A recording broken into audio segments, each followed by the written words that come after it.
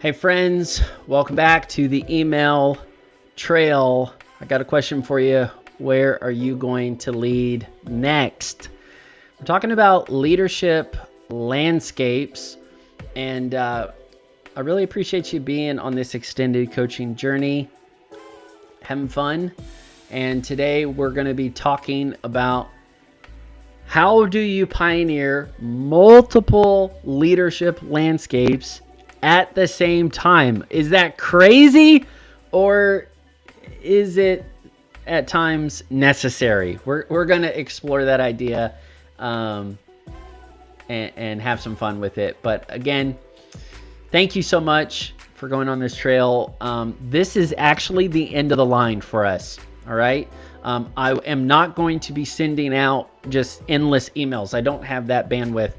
But what I wanted to do is to be intentional and to add more value for people that wanted to go further on this journey. As you know, the first training was like 30 minutes already. So, I mean, it'd be a lot to try to take more people even further. So I kind of imagine this as a hike. My wife and I, we love to go hiking for fun, and we'll go with our friends, and we've been to different national parks, and I mean we'll go all day and just have a great time. But it's not easy.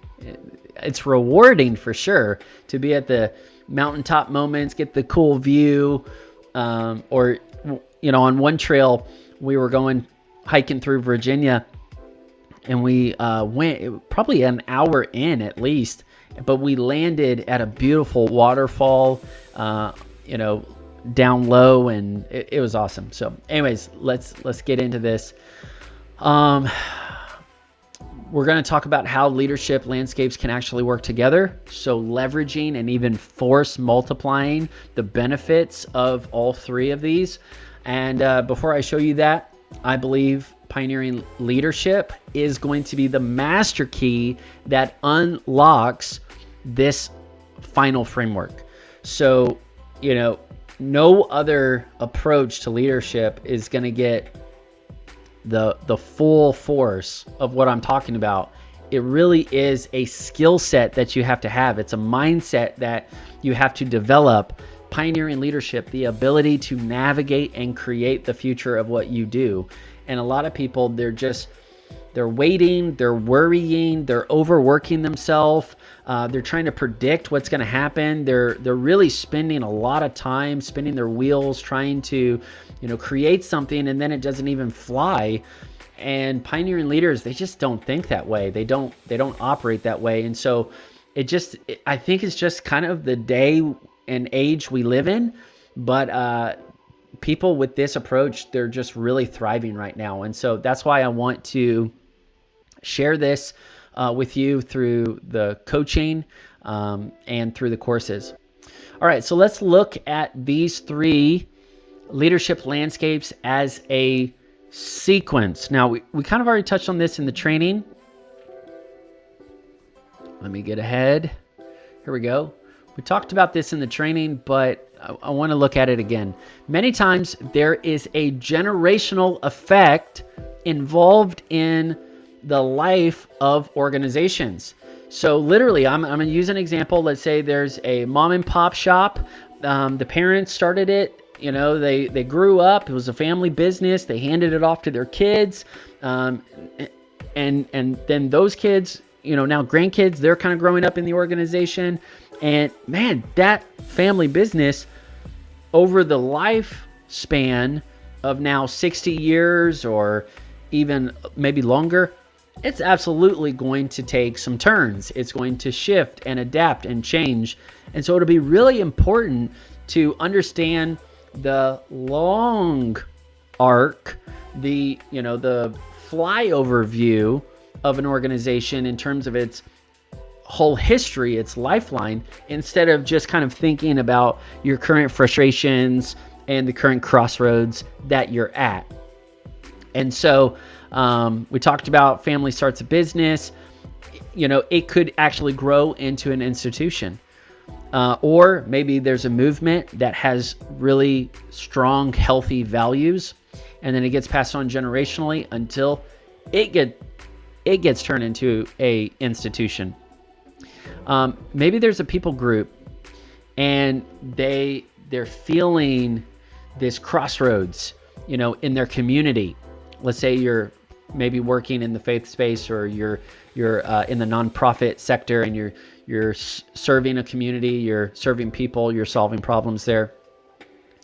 Many times you're in a community context, and it can actually spark a movement, and it can take off, and then that can be the momentum you need to start these team initiatives that have more of an entrepreneurial edge to it, or you can have more of a institutional angle with it. So I hope I'm not, again, we're further down the email trail. So it's like we're on the hike, I took you through nice views at the beginning.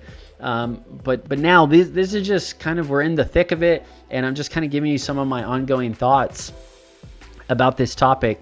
And I want to challenge you, do not be intimidated when you can't really articulate what you're talking about yet, because that's kind of where pioneering leaders live on a day-to-day basis. We're thinking about things that people aren't thinking about yet.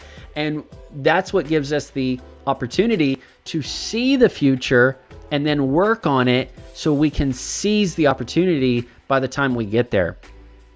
All right. The point is that these leadership landscapes are changing over the years. That's what I'm trying to show you, is that there's a longer arc. There's a longer story arc that happens in the life and the story of the teams, the communities, the businesses, the organizations that we lead.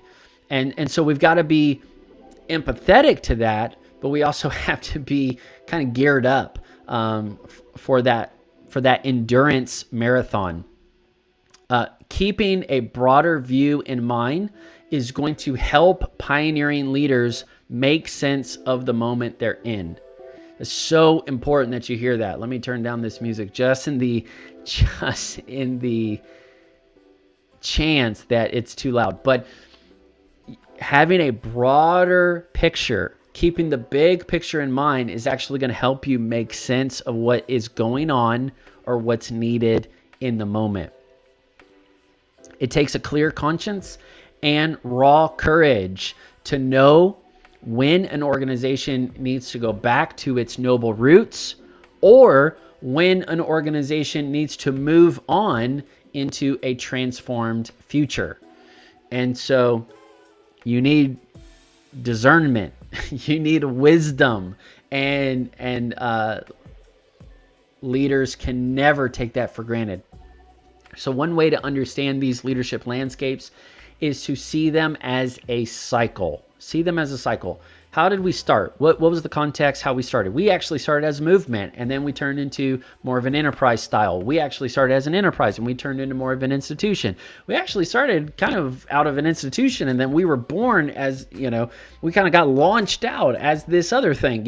Knowing your story and, not being intimidated by it, not being offended by it, but saying, yeah, this is us, but we're on a journey.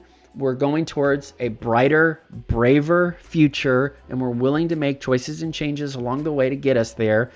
And having the courage to remember the story that you've been on and actually kind of look ahead and say, from here, what's the next generation going to look like? And after that.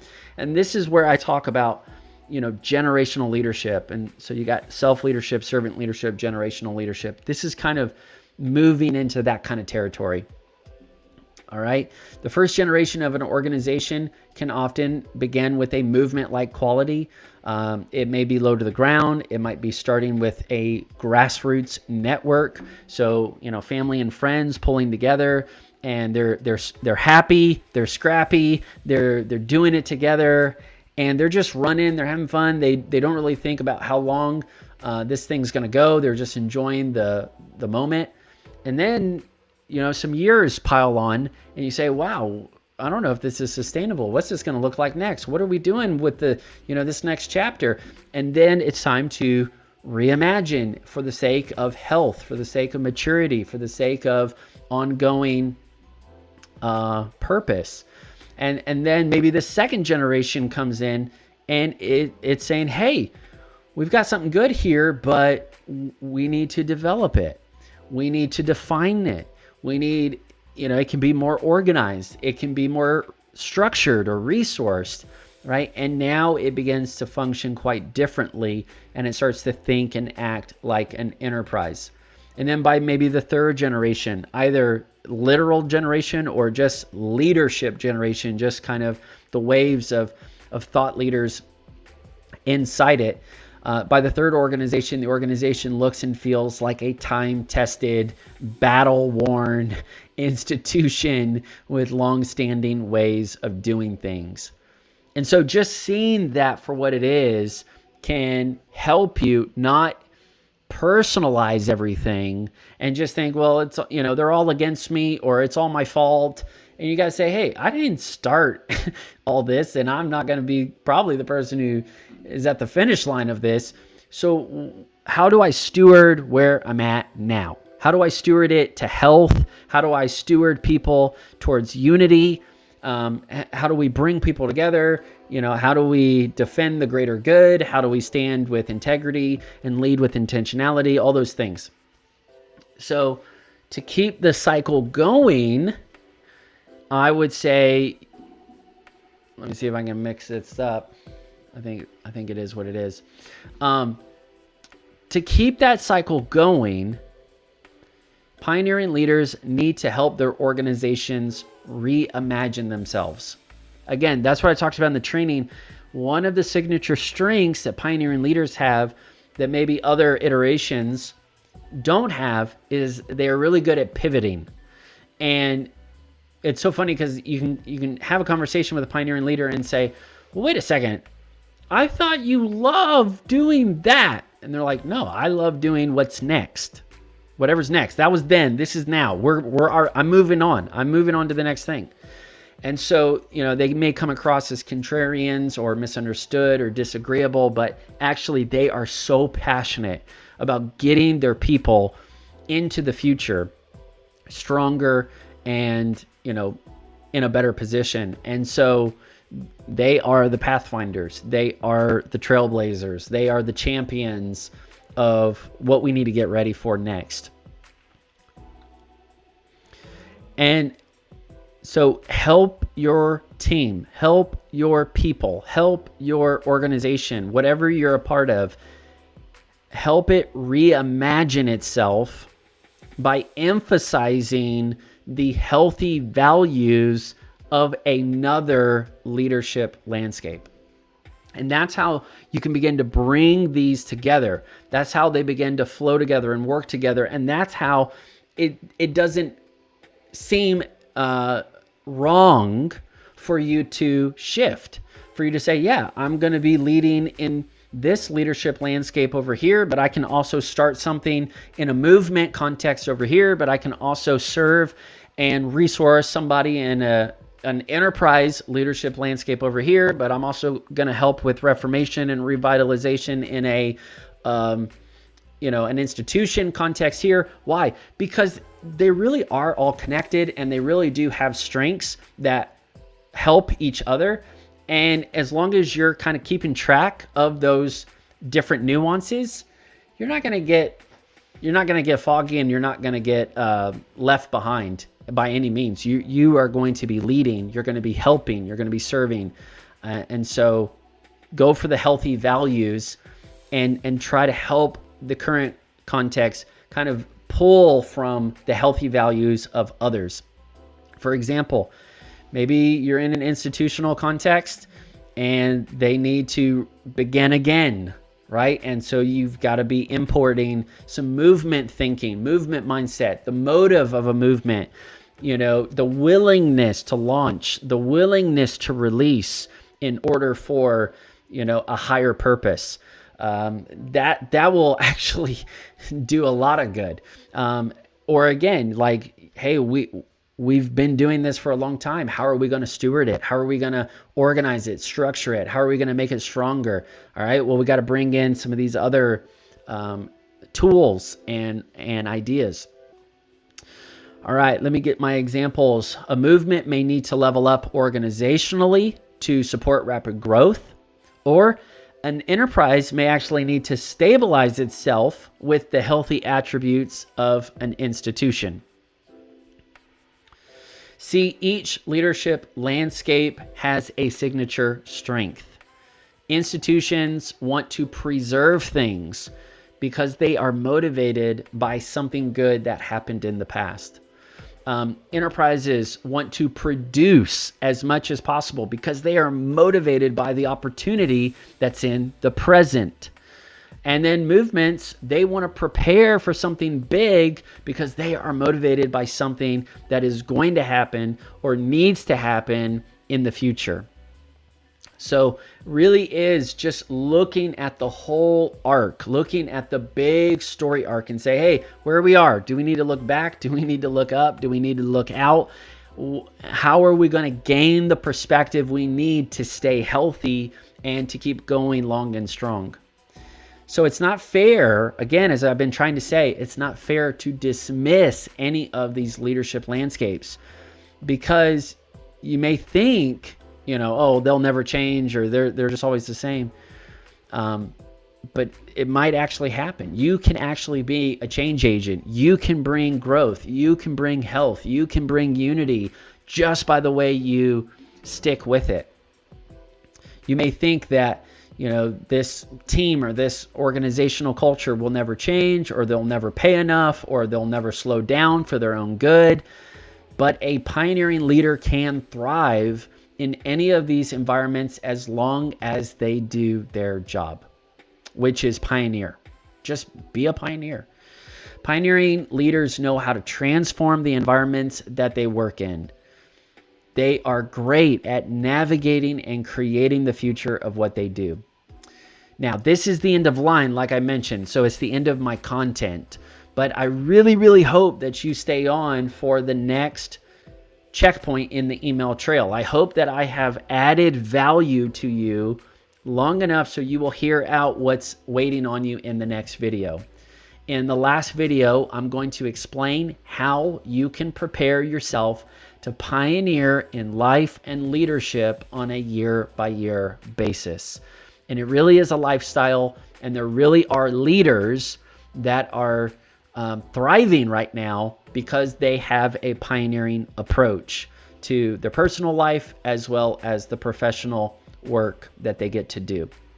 So I will hopefully see you in that last checkpoint.